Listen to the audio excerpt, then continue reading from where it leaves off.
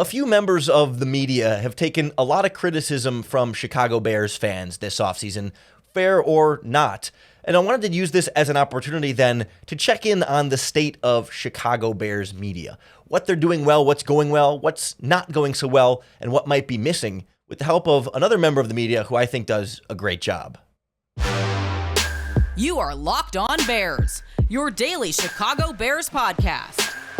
Part of the Locked On Podcast Network, your team every day.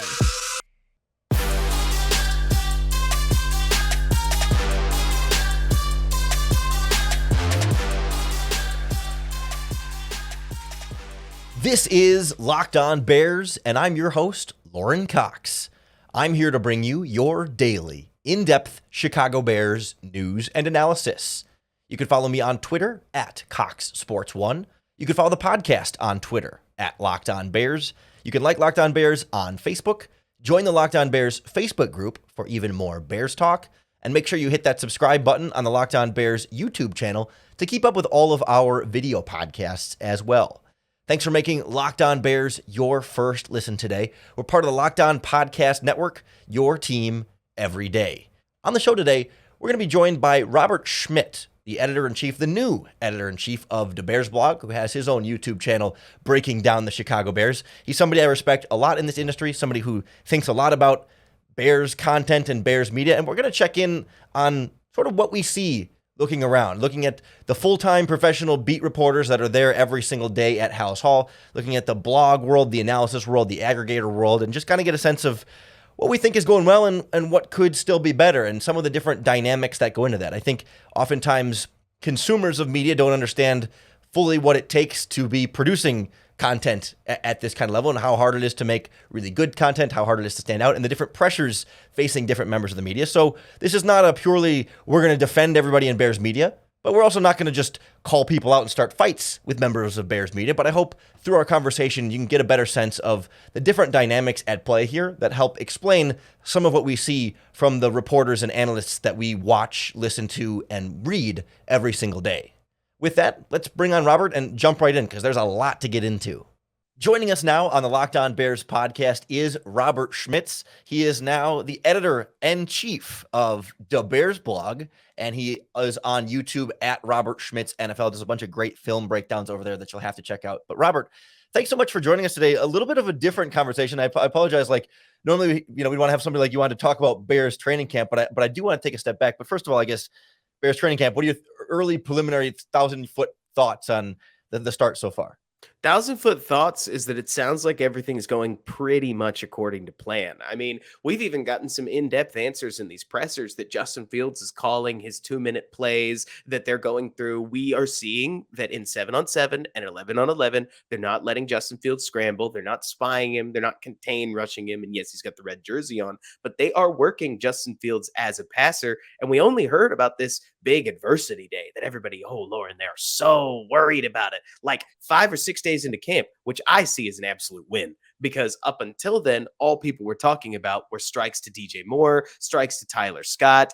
Chase Claypool is apparently having a physically dominant training camp. He should. He's 6'4", 220, runs a 4.4. We could talk about all of that, but it's more to say that so far it seems as if nobody came in looking like less than they should.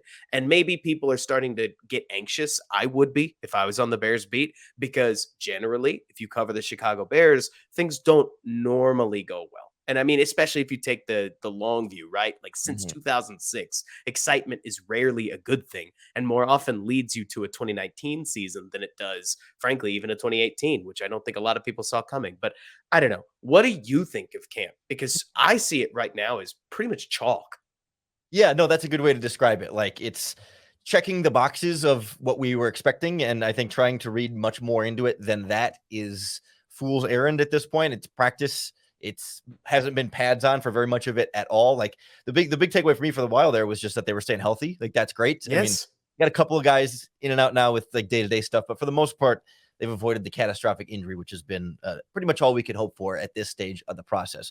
But you mentioned there press conferences, you mentioned coverage there. That's really what I want to get into today is the taking stock of Bears media. And I think the inspiration with this for me was actually your transition, your move to be editor-in-chief of the Bears blog and to relaunch your YouTube channel and try and grow that. Like, you're someone who's thinking a lot about Bears content, right? What can I do to make good content? What is missing? How can I carve out my own lane? And so that's sort of the foundation of this discussion. And I guess first and foremost, like, what do you when you look at the landscape of, we're talking, the professional beat writers, we're talking about the radio hosts, the podcast hosts, the bloggers, people who are just on Bears Twitter but aren't actually media members. Like, what do you think is currently being done well? Like, what is serving Bears fans the best right now?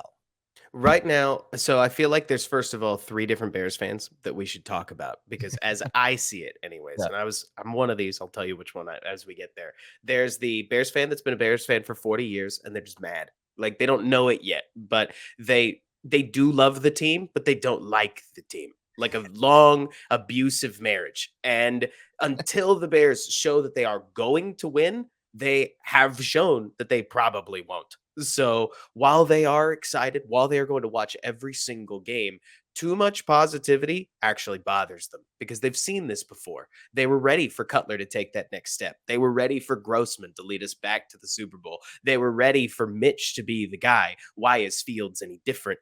Long view. Then you've got the positive Bears fan. They see the Bears as going 12-4 this year, 12-5, 17-game season. Still trips me up sometimes. Me too. And they see Justin Fields as about to win the MVP. And if you don't think so, you're a hater. And that's fine. Honestly, that attitude is great. I used to be that person. Every single year was reasons why the Bears were going to win the division. And if the only reason I was saying division is because I was too scared to say Super Bowl. And then you've got this third fan that I became, which is the fan that wants to have a reasonable understanding of what the team is so that they know what to actually cheer for. If you were cheering for the Bears to make the playoffs last year, you were probably heartbroken, because that was my whole life growing up. Set the standard way too high, get absolutely crushed when they don't get there, right? And so I feel like Bears media right now, they do a really good job with backstory. They do a really good job with pieces that'll tell you what it was like for Cole Kmet to grow up around the city, and then go to Notre Dame, and what it's like to be getting his extension on the team. They'll do a great job with staying in touch with the quarterback, like getting interviews with Justin Fields or about Justin Fields so that they can tell you what's going on there. And I think they do a really good job riling people up and keeping conversation constantly moving, because for as many people talk about how negative the Chicago beat is, I can tell you it's no better in Dallas, where the team has been objectively better, but most fans are, frankly, I'd say, more down in the dumps than Bears fans are, because that's a whole separate situation related to Dallas. It's all to say that the Bears beat does a good job of maintaining the conversation. People aren't quiet about Chicago, despite the fact that it's a team that hasn't won a playoff game in long enough that if they had become a team that was forgotten about, like the Miami Marlins, that wouldn't have been unusual in the professional sports setting, but they haven't been. And so I want to tip my cap to Bears media, and especially the established Bears media as a whole, because they've clearly done enough to keep the fans in absolute fervor. The question is, have we gotten any deeper than that? This episode of Locked On Bears is brought to you by Underdog Fantasy. August is here, and that means the official start of fantasy football drafting month. If you want to get championship ready for your home league, you can try out Best Ball on Underdog Fantasy. All you do is one live snake draft, and then Underdog sets your best lineup every week. There's no waivers, there's no trades. It's just picking the best player possible for your team and seeing how many points they can get you throughout the course of the season. You can try it out with Underdog's Best Ball Mania Tournament.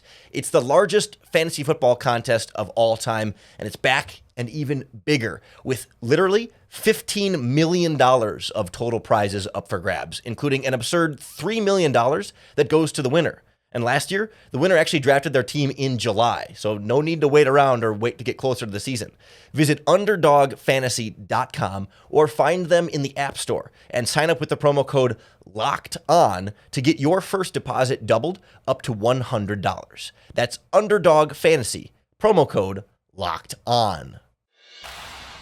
I think you're right that we get really good storytelling around the Chicago Bears, and that's quite valuable. I still want. I think there's still room to do more of it, to be honest with you. But I do think we do a good job there, and I think for the most part, there's a good job of keeping tabs on the day to day. There's not a lot that slips through the cracks as far as like caring about the minutia. I think because there's such a glut of Bears media. There's so many people in the Bears media. There's so many people at those press conferences. Like, there's not going to be that guy who's like injured and people keep forgetting to ask like what's going on with him. Like they're very good at like staying on top of the important things and the details and making sure that there's not just like a storyline that's being just completely totally overlooked, that everyone's sitting around going like, why won't we ask about that? Why won't we get at least some sort of question about it, even if we don't get a very good answer? So I think we're making some good progress there. What do you think then is missing? And we talked about this beforehand, but like for the listeners too, like I don't want this to be, we're not trying to call out anybody in particular. We're not trying to talk trash about anybody in particular. We generally like pretty much everybody in the Bears media. Everyone's good people. This is not to be critical of anybody or any specific outlet by any means. But I mean, as a Bears fan, right? Like you look out there, it's like, man, I really wish we had more. Like, I think we need more of what you do. Like you're starting more all 22 breakdowns on your YouTube channel. For me, like that's a big one. We don't have enough guys doing informed, entertaining, strong analysis, like all 22 breakdowns. Like Dan Durkin used to do a lot more of it. I wish we had more Dan Durkin. He still does some stuff on his YouTube channel, but like he used to do that for The Athletic and do it visually. Like I want more all 22 breakdowns. What else do you feel like, what else do you feel like is missing or that you want to see more of? To criticize myself for a hot moment, all 22 breakdowns are not easy. They're not easy for me. They're not easy for Dan Durkin. And it's because the NFL, as they should, keeps a very thick curtain behind what I can know and interpret from all 22 film and what is actually being done in an NFL huddle. Most people don't care. I mean, Jeff at DeBear's blog just recently put out a tweet because he's been bartending lately about how, in his words, 90%, let's estimate it a little differently, Lauren, but let's say 65% of sports fans watch the games, talk to their friends, don't read anything. And I don't blame them, right? So within that, if that's what most fans are, despite the fact that I love just reading and consuming all kinds of things Chicago Bears, then yeah, I mean, Kurt Warner doesn't have to break down everything that's going on within an NFL huddle from a jargon top-down perspective, and we're thankful that he does whenever he does on his YouTube channel. So you're going to get guys like me that are going to get things wrong a lot, but my biggest, I don't want to call it complaint, but the whole reason I got into this, Lauren, is because I feel like the Bears media doesn't search for the truth with enough ferocity, where they'll take a surface-ish level story like, well, Justin Fields, he didn't quite throw for 250 or like 2,500 yards. We're going to need to see more of that next year. What do yards mean? Like, what if Justin Fields threw for, if Justin Fields had the season that Dak did not 2-3 years ago, where he threw for 450 yards on average against the NFC East, the terrible Miami Dolphins, etc., and then was somewhat pedestrian against good teams, losing a lot of those games. The Cowboys made the playoffs and immediately got bounced in the first round. Lauren, is that good enough from Fields because he was statistically an over 400 or 4,000 yard passer, or are we going to find some new way, like some new metric, or are we just going to say wins and say it's not good enough because we didn't win that game? You know what I'm saying? Like, I dug into all 22 because, I mean, Lauren, my highest experience in football, I'm 5'5", like, was 7th grade organized, unless you count being the intramural Bucks B team quarterback at Baylor. So what can I say, right? Pretty good. All that to say that I've had to self-teach just about everything. And as I've put more stuff out, I've been lucky enough to get in touch with coaches that'll point out where I'm wrong in ways that I simply wouldn't have known. And I am getting better. But the pursuit for the truth is hard, but I think it's way more interesting when you start asking questions. Like, for instance, Lauren, how good does Justin Fields actually have to be as a passer now that defenses are starting to overcompensate for his legs on nearly every play? Whereas Joe Burrow or Mac Jones are going to face 7 or 8 men in coverage almost literally every play, just like what Justin Fields is dealing with in 7-on-7. If you cover Justin Fields with just 7 guys, you better have a plan to keep him in the pocket. And by keeping him in the pocket, you're probably taking some of the fangs out of your pass rush. So one way or another, Justin Fields' legs are offering him a concession within the passing game and within the offense that he should be able to take advantage of, just like we've seen Jalen Hurts take advantage of last year. Josh Allen took advantage of it when in his third year after he ran around like white Cam Newton, et cetera, et cetera. But you don't hear a lot of this from the established media. And then the moment I try to say something positive, you'll get somebody else on social media that takes the positive thought and amplifies it into Justin Fields MVP season incoming. Imagine if Jordan Love was your quarterback. And now it's not only probably too positive for its own good, but it's antagonistic. And that stuff does great on social media, but sets both that account and Justin Fields up for failure in the eyes of the national media. And that is just no fun to deal with for anybody else that's covering the team, because the moment the Bears lose week one, which I sure hope they don't, but the moment Bears lose week one, everybody else gets to turn off the TV. They have to write 3 more stories at minimum over the next couple days about a game that everybody spent 7 months tuning up for, and then they lost. I feel like finding the truth, trying to deliver, what are we actually watching for? Like when you watch Kyler Gordon, what are you looking for? What do you actually think you're going to see out of Gervon Dexter when he doesn't have 17 sacks in 2023? Are you going to be disappointed? Should you be disappointed with a 5-sack season from a guy picked at number 53? These are the kinds of questions that, while minute and detailed, I think are everything to the modern football fan, because when there's 22 players running around on a football field all at the same time, the more information we can go into the game knowing, the more you're able to see, in my opinion, even as your eyes get drawn to the ball anyways. I think that's a really strong sentence there. Like the more you know heading into the game, the more you're able to see on each play. I think that really encapsulates it really, really well. Like that's the whole point of this, right? Like that's the whole gist is like, yeah, you could tune into the game and just watch whether Justin Fields throws a completed pass or not. Or, the more informed, tuned in fan who goes out of their way to read as much as they can and learn as much as they can about the game and their team, they can quickly piece together what coverage that play was, watching it live first time through. And then you can sort of piece together what route concept they were throwing there and whether, sort of quickly, was that generally where you might want to go? Was that Justin Fields' first read? Like it becomes more predictive as a result. And like you just consume more of the game. Like I think that's a really, really strong point. I want to make sure we emphasize there. Like that's it. Like that's the whole. That's what it's all about. It's a love of football as translated through wanting to know what's happening. I think it's easier to see what's going on in an NBA game. That's not to say the NBA is simple. It's to say that there's less guys to track and you can constantly see them all. So when Luka Doncic or LeBron James or Michael Jordan, if you're watching highlights, or Kobe Bryant does something amazing, I mean, they ISO'd him out. So you can see a true one-on-one, multiple crossovers, a step back at the elbow, and a shot that I couldn't make if you gave me 1,000 tries. And it's amazing. Within football, if you don't know how weird it is that Justin Fields was able to, I'm taking you back to that third down against Detroit the first time, the one where Justin Fields weaved left, broke 2 tackles, weaved back to his right, broke another 2 tackles, weaved back to his left, made 2 people miss, and then hammered somebody at the goal line and got in. If you don't recognize that the play started because Justin Fields didn't want to throw the ball, which should be a big old quarterback X, but then he made a situation that should literally have not worked in 1,000 tries work in the middle of a game, you're going to miss how weird that is. It's a sweet highlight, but then there are some people out there that are going to say, oh man, Justin Fields not throwing the ball. Oh, that's a problem. Quarterbacks throw the ball. And it's yeah, a normal quarterback throws the ball. But if you're not doing all this study, you won't recognize how out of bounds Fields' legs are.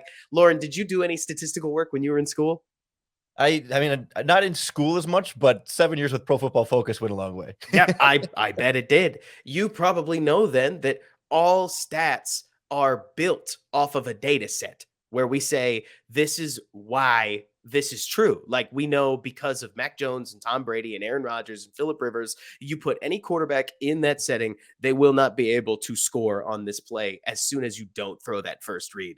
When Justin Fields does, he breaks outside the bounds of all the existing paradigms that we know. And to me, it is fun to talk that way. It sounds to some maybe highfalutin and pretentious, but to me, it's a pursuit of the truth. It's saying Justin Fields so far, Lauren, we need to be brave enough to say he has not been a good passer. He has had some sick throws, absolutely sweet throws. Josh Rosen had some sweet throws during his time in Miami. That's not to dunk on Justin more than is deserved. It's to say his weapon with his legs is so NFL elite that the NFL is having to acknowledge it. And I think that makes his story so much more interesting than can he throw for 4,000 yards, because he, like Hurts, like maybe not quite Allen, because Allen doesn't run for as much, but kind of like Lamar, is a true dual threat quarterback if he wants to be. Maybe he won't, but the Bears are practicing Bash in practice. So I doubt he's going to do no quarterback running.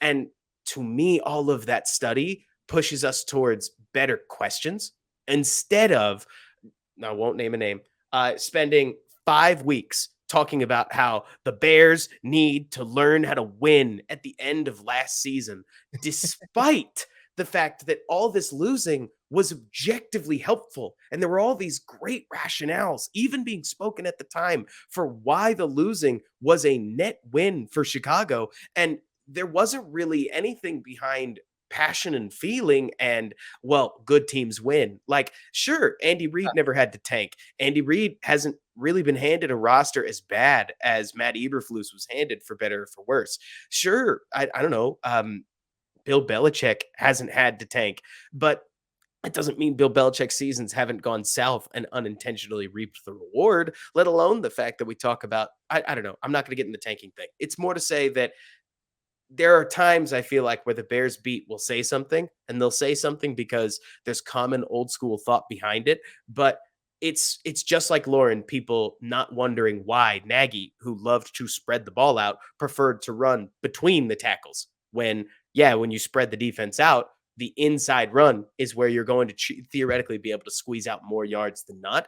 There are just people who want to see more outside zone at that point. It's like, well, you can see why Nagy's scheme didn't really mesh with outside zone running attack, because you're leading them back into the defense. You spread out to stand there. And it's starting, like, once you get to the point where I feel like people are asking those questions, you get better discussion.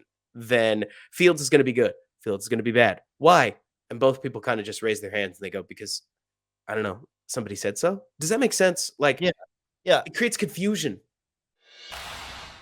Real quick, I want to tell you about a new thing we're doing here on the Locked On Bears podcast. We've partnered with Subtext to form an exclusive subscriber-only group for Bears fans that want even more in-depth Bears content. It's $4.99 a month. You sign up via text message, and it gets you access to exclusive content from me that you cannot get from the podcast. Doesn't affect anything that's going to happen on the podcast, but we're doing all 22 breakdowns. I've got a full library of Chicago Bears all 22 film where you can watch every single Bears game, all 22, free, well, no, access included with your subscription. No extra cost or anything like that. We've got data charting on Justin Fields throwing certain routes versus certain coverages, wide receivers running routes, the defense, how they handled certain coverages, and so much more. Some really in-depth statistical analysis and things that I use to help prepare for this podcast every day. To join our Subtext group, go to joinsubtext.com/lockedonbears. It gives you exclusive access to text me directly, questions, comments, Bears thoughts for the podcast, or just for your own curiosity. Subtext is a direct line to me as well, in addition to all of the other content you're going to get by joining. Join subtext.com/lockedonbears. I think this plays into like part of the shifting of the media dynamic, right?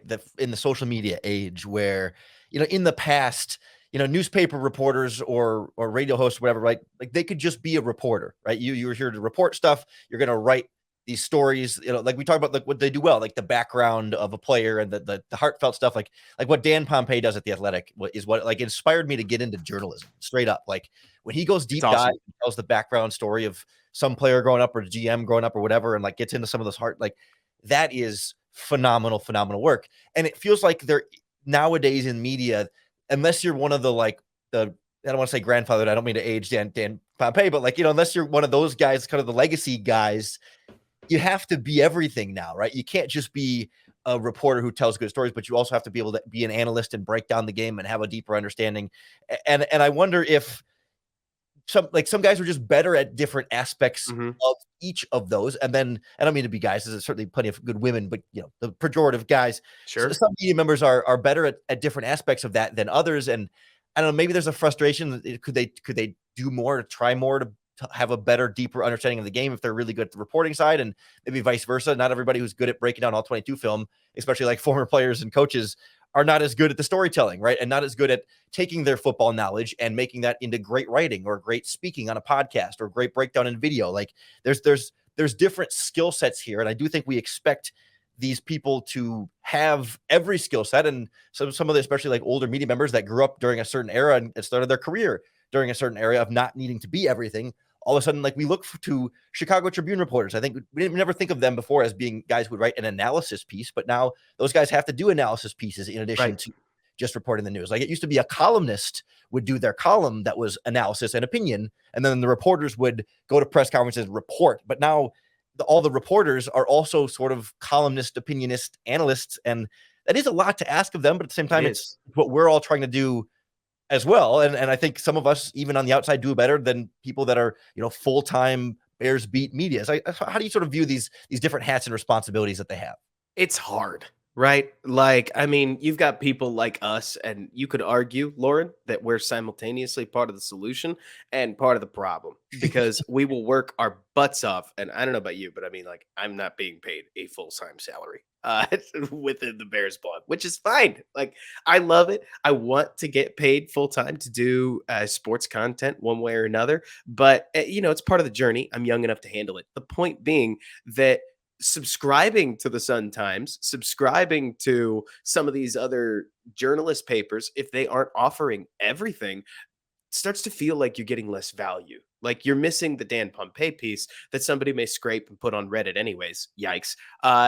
But you're still getting all the stuff on Windy City Gridiron. You're still getting all the stuff on Locked On Bears, all the stuff that the Bears blog is putting out. And that's all free. Like, if you made a little circuit out of doing CHGO, Windy City Gridiron, like Locked On Bears, and DBB, you've got like a massive, what could be super subscription, and you didn't pay $1 for it. And so it creates this, I think, pressure where Pat Finley or Adam Johns or Dan Pompei, Dan Wiederer, they've got to do more than they ever used to. And even worse, Lauren, if they weren't watching all 22, well, they're not going to sound more informed than the guys that have been over the last, say, 5 years, where I won't prop myself up too far, but at least I'm practiced in what I'm doing here, where the moment that Adam Johns, who I think is awesome, met him at the combine, awesome dude.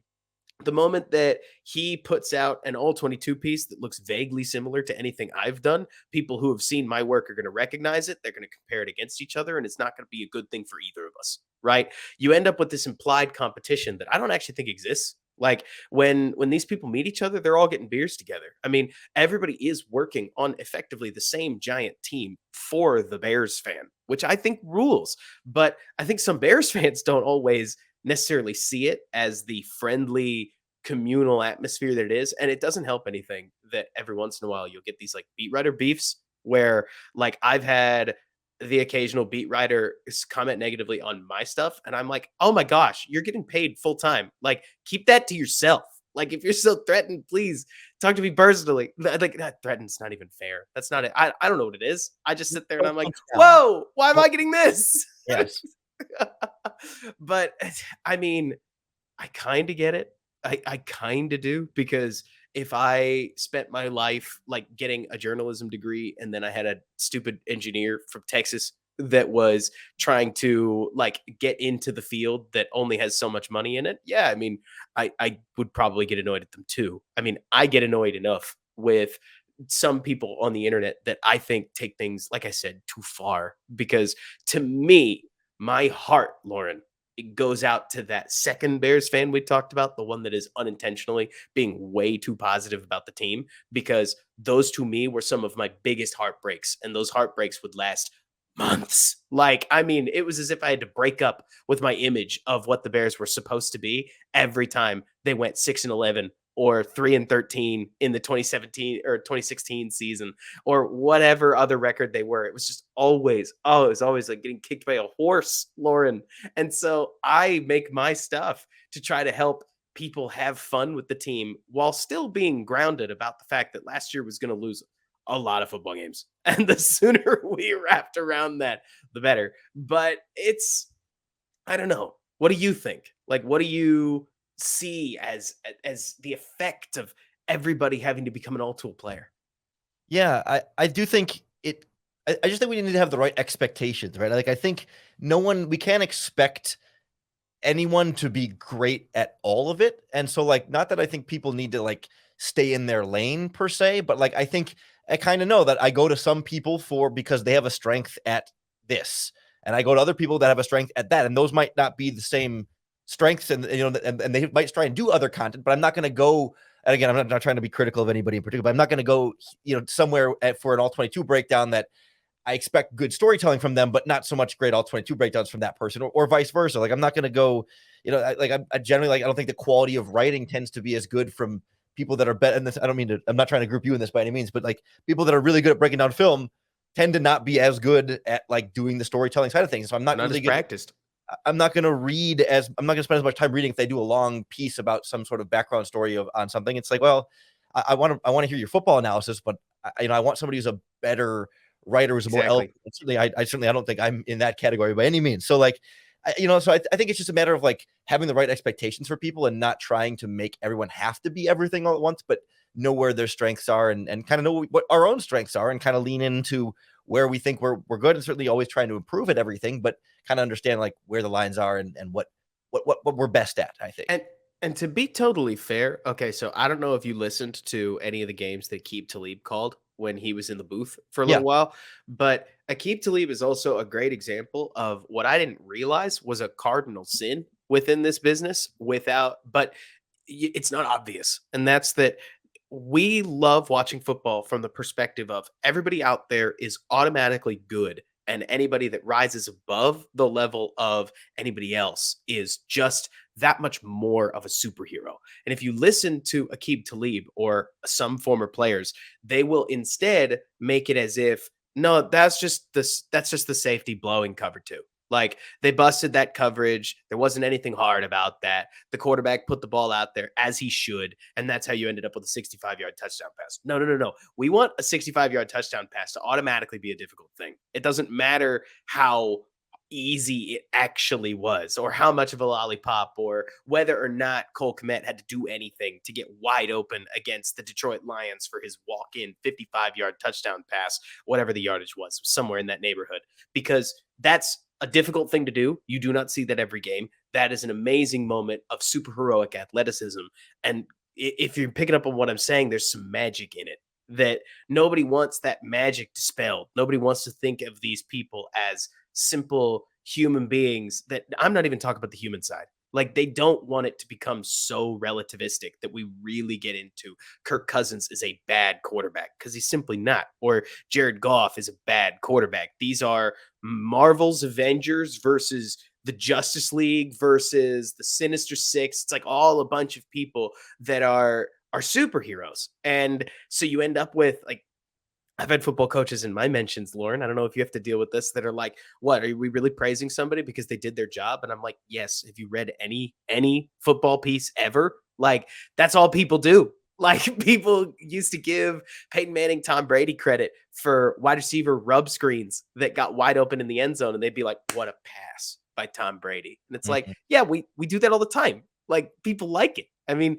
at the end of the day, I feel like there is a really complicated science in trying to meet people with content that they want, like things that they want to see, stuff that they want to read, stuff that they want to watch. And I honestly wonder sometimes whether people don't recognize what others do want to watch, because sometimes it's not what they want to watch. So it's like, well, I want to see more comments about how concerned we should be about the Bears offensive line. And I sit there and say, look, 2 years ago, I pointed out on Twitter after the Bears played the Jaguars that Sam Mustipher had major issues with power, and I could not see how they would get any better. And nobody has sent me a medal because the 2 years after that were not easy. Like, nobody actually likes more than a modest warning about whether a young player isn't trending in the right direction. And then if you do what I don't know, Lauren, I'll sneak this in here. It's like Jaquan Brisker did not look comfortable in the deep half basically ever. His eyes were all over the place.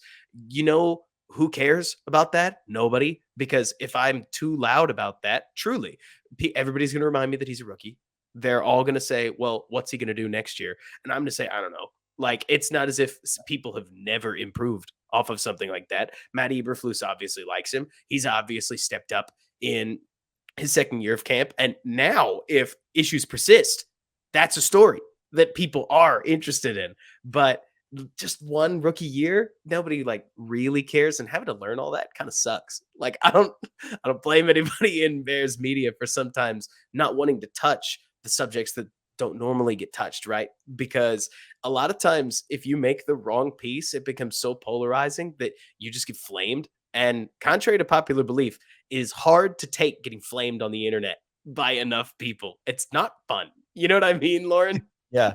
You try and block it out or not take it too seriously, but it does add up a little bit over time. Hopefully you haven't been getting too much flaming for all the No. Hopefully you haven't been getting flamed too much for all the work you've been doing over at the Bears blog now as editor-in-chief, and on your YouTube channel, search Robert Schmitz. It's at Robert Schmitz NFL on YouTube. Tell us a little bit more about what you're working on, what you're doing over there, and what you're hoping to do this season.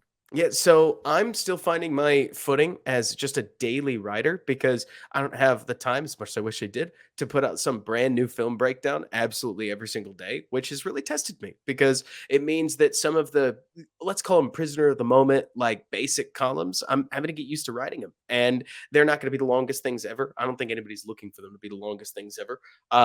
But it's been a lot of fun. And especially as we actually get more tape to study, we're going to continue to dive into, let's call it the mysteries of the Chicago Bears. We're going to put out a primer here over the next couple of days on everything from Jordan Love to DJ Moore to Kyler Gordon to Justin Fields. So keep an eye on YouTube for those. Coming into the season, one of my favorite things that we're going to do is we're going to basically take one drive every single week and we're going to just break down the whole thing top to bottom.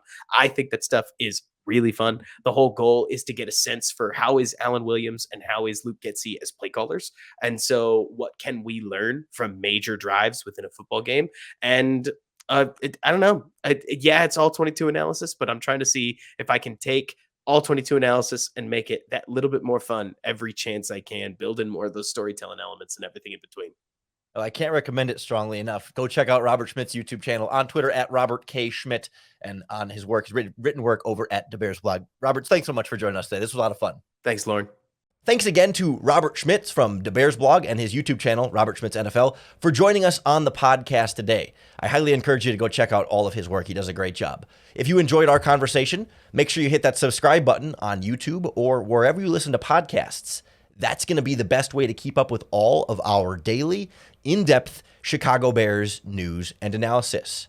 Thanks for making Locked On Bears your first listen today. We're part of the Locked On Podcast Network, your team every day. And we're breaking down any and all major Bears training camp updates we get for you 5 days a week here on the podcast. So that means you got to come back on Monday for whatever happens over the weekend. I do want to talk a little bit more about what we're seeing from Justin Fields and maybe trying to make sure our expectations are reasonable as more and more people keep throwing out the 3 letters MVP based on him. And we should maybe make sure that we're keeping reasonable expectations while still being very optimistic for what Justin Fields can do this season. Plus, we're still waiting on a pass rusher to come in here at some point, and whatever injury updates you can be sure we'll break it all down here for you on the podcast. So you got to come back for that. And of course, you have to come back for your next opportunity to bear down.